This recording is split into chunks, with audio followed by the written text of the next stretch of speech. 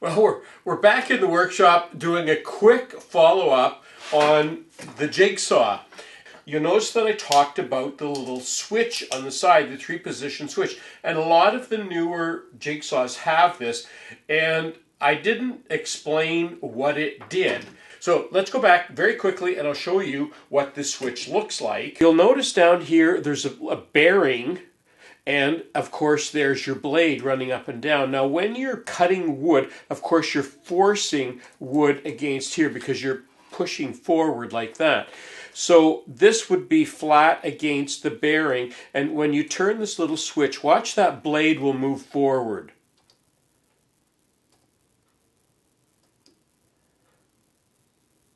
And that's the final setting for this one.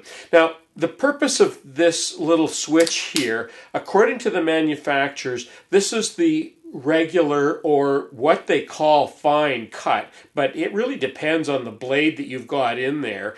And as you move it forward, what they say is this gives you a quicker, little bit rougher cut, but a quicker cut. And we're going to put this to the test here. I've got some wood underneath here. We're going to do that. So let's do a quick test of that and see if it really makes much difference. Okay, I've plugged back in and I have a brand new blade in here, so that's not going to be an element, but we'll set the speed and that should be good. And we're going to cut, I'm going to cut this plywood, and I've got a 2x3 over here that I'm going to cut as well. So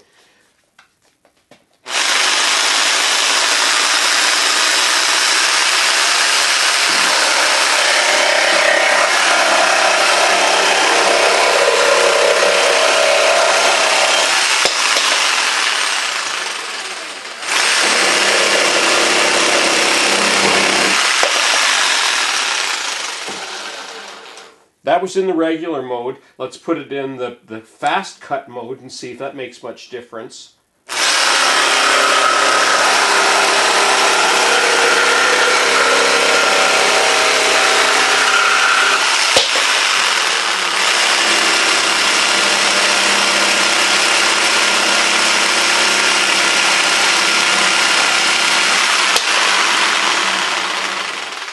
Well, to be honest, it seemed a little bit slower. It even moved, even though I've got this fastened down, it actually seemed to be a bit slower. So, I don't know. The jury's out on whether this switch makes much difference.